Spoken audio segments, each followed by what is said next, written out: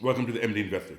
You clicked on this video because you want to build a dividend portfolio and you're not sure whether you should go with the individual stock route or the dividend ETF stock route.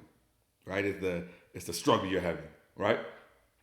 So there are pros and cons to either one, right? So let's go through some of them. Number one, diversification. Right now, I'm on Home Depot investor relations page. If you're gonna buy individual companies, you're gonna be less diversified, right? You put a whole bunch of money in the Home Depot, and you're in Home Depot. If something happens to Home Depot, you're gonna feel, or your portfolio is gonna feel the full effect. So you're gonna be less diversified because you are more concentrated in a company, as opposed to if you were to buy a dividend ETF, such as the Vanguard High Dividend Yield ETF that we're on right now, ticker symbol VYM. If you do buy this ETF, you are going to own not one company, but 443 company, right? And this is basically the different breakdown of the sectors, right?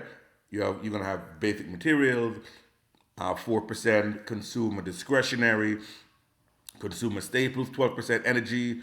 So your money's gonna be really spread around by buying just this one ETF. And these are some of the top 10 holdings right here. Johnson & Johnson, ExxonMobil, JP Morgan, Procter& and Gamble, Chevron, Home Depot, right? We just looked at Home Depot, right?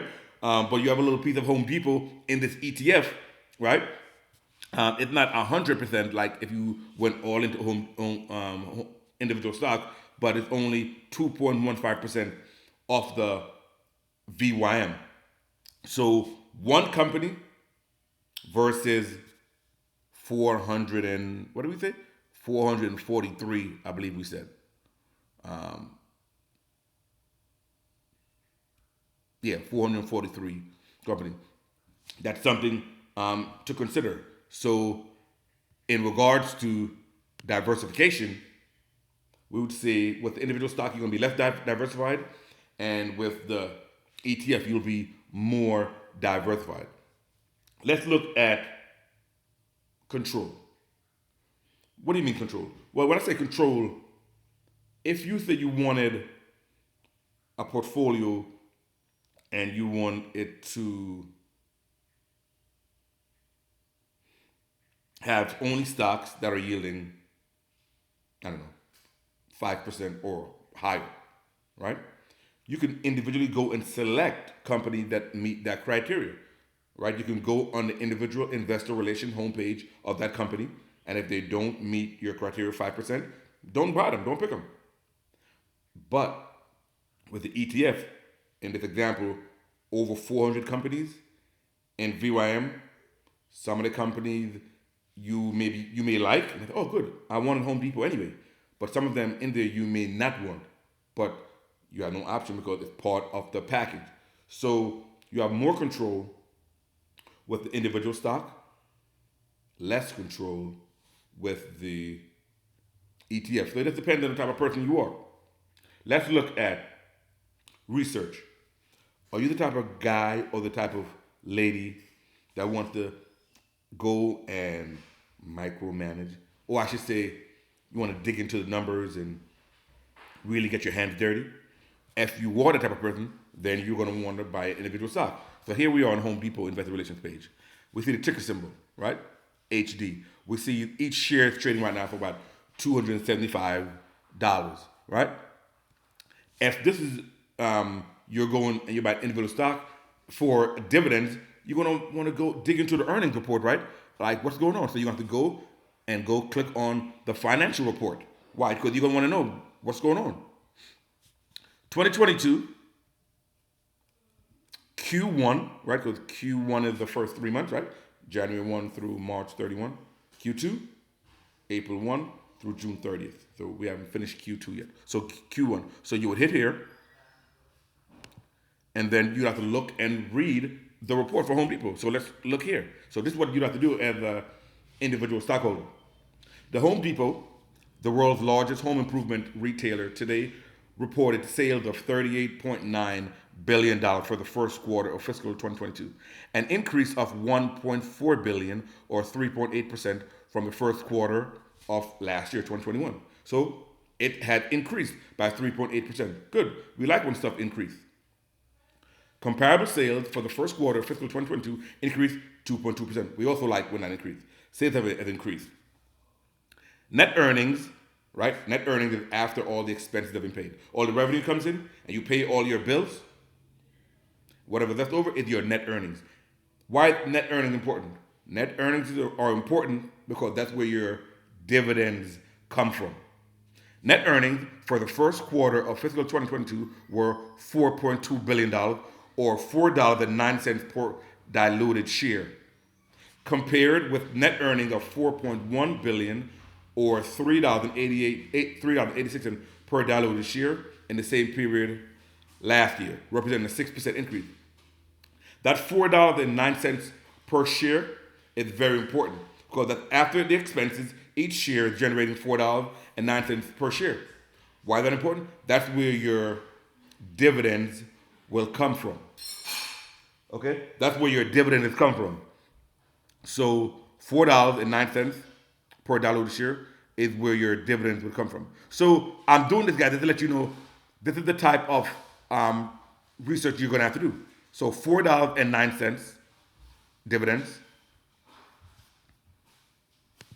Correction, $4.09 is the earnings per share, right? And now let's take a look at the. Let's take a look and see if we can see the dividends.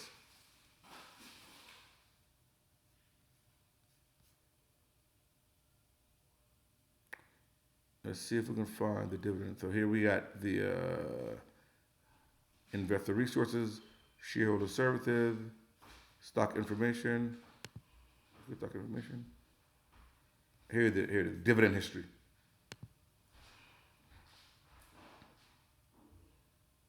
So remember that $4.09 dividend history. So this is going to refresh your memory from the last video. It says here the last dividends was declared May 19th, 2022, right? That's the day the board of directors declared the dividend. The record date, well, the date you have to be on record as owning the share. That's the June 2nd. And the ex-dividend date, June 1st, you have to be a shareholder of record at least one business day before June 1st, okay? And the pay date is going to be June 16th. And the amount is going to be $1.90. $1.90 is coming from the net earning. The net earning, they said, was about $4.09. So you see it's more than double. So the company's doing great because they're able to pay the dividends of $1.90 and the earnings per share is $4.09. So that's more than double. So the payout ratio is going to be probably about less than 50%. So they have room to raise the dividend. And even if you look back, the quarter before, February 22nd, they paid $1.90.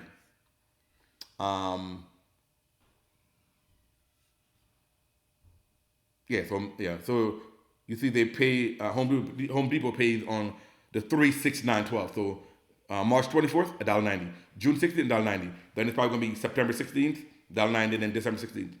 And the bottom line is, look at the years past, 165. So the dividend has been raised, right? They've been increasing, 165 to 190. Before that, it was 150. They are raising the dividend. See that? How the dividends have been raised? It was low, and then it keeps going up and up and up and up. That's what you want to see. But the question now you want to ask yourself is this the type of research you want to do? Because this is just for one company. You're digging into the earnings report, the earnings per share, the payout ratio. That's for one company. Are you going to want to do this for Pepsi and Coke and Caterpillar and Apple? If you're the type of person who is into this stuff, fine. If you're the type of person who say you just want to set it, forget it, you should probably go with the ETF. So that's research. With individual stocks, you gotta do more research. ETF, basically, once you meet your criteria of the ETF, like it's diversified, it's increasing its dividends, the expense ratio is not that high, then just buy it and you can probably just kind of relax. It's gonna take more time when you have individual stocks, right, to do the research. If that's not something you want to do, then go with the ETF. So let's look at an ETF again. Cost is one thing we didn't mention. With most of these brokerage account now, you can basically buy stocks without any commission, zero commission.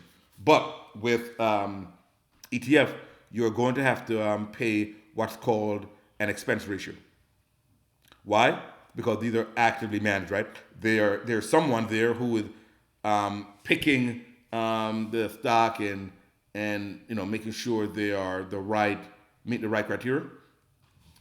So the yield is about 2.7% on VYM. The expense ratio, trying to bring it up here, the expense ratio here is 0.06%, which is not bad because Vanguard is basically known for low expense ratio, but 0.06%. So how much money am I gonna have to pay? Because a lot of times I didn't really understand it. So for every $1,000 you have invested, you're gonna move the decimal place 3 places. So 0.06, you're gonna move it 3 places. 0.66, which is 6 cents. It'll be 60 cents for every $1,000 you have invested. For every $10,000 you have invested, move it 1 more. It's gonna be $6. Not bad. Compared to the average expense of similar funds, 0.92.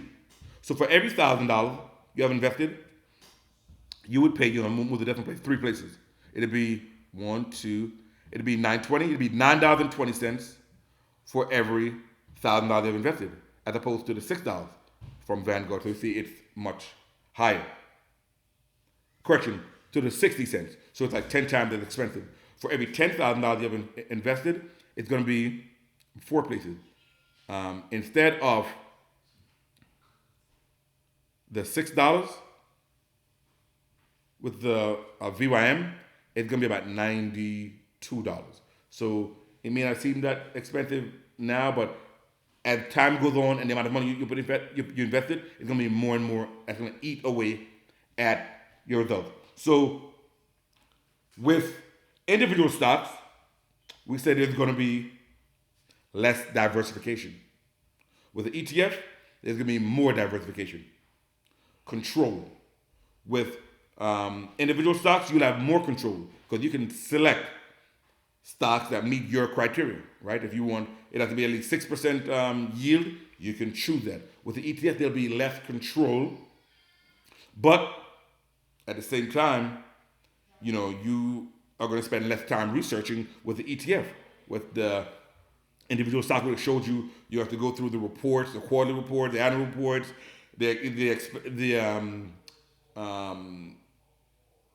all of the numbers, right, to make sure they're going up.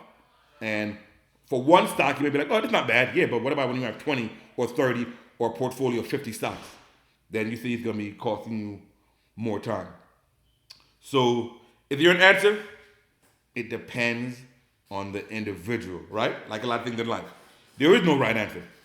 For the person who say, you know what, the time is worth it for me to get individual stocks because I can build a portfolio that meets my requirements. If I want 5% yield, if I want 6% yield. And what you could also do, you could have a mixture. You could have what they call a core and satellite technique, where you have a core holding of ETF. And maybe the ETF is diversified, and maybe that represents 50% or 60% of your portfolio, or 70%, whatever you're comfortable with. And then the rest of it, the other 30, 40%, you say, okay, I want to kind of get my hands dirty, right? And I'll get individual stocks. So, I'd have this, and I can do the research, but it's only a smaller portion, right? Where you can kind of get your hands dirty. So like I said, there is no right answer. It's only what works for you. And hopefully you got value. Don't forget to hit the subscribe button. It's MD Investor on YouTube, where we're trying to put out content like this on a weekly basis. If there's people out there you think could benefit from this type of content, let them know. Leave a like, leave a comment, and leave a subscription. And until next time, continue to command your money to grow. And I will see you on the next one. MD Investor out.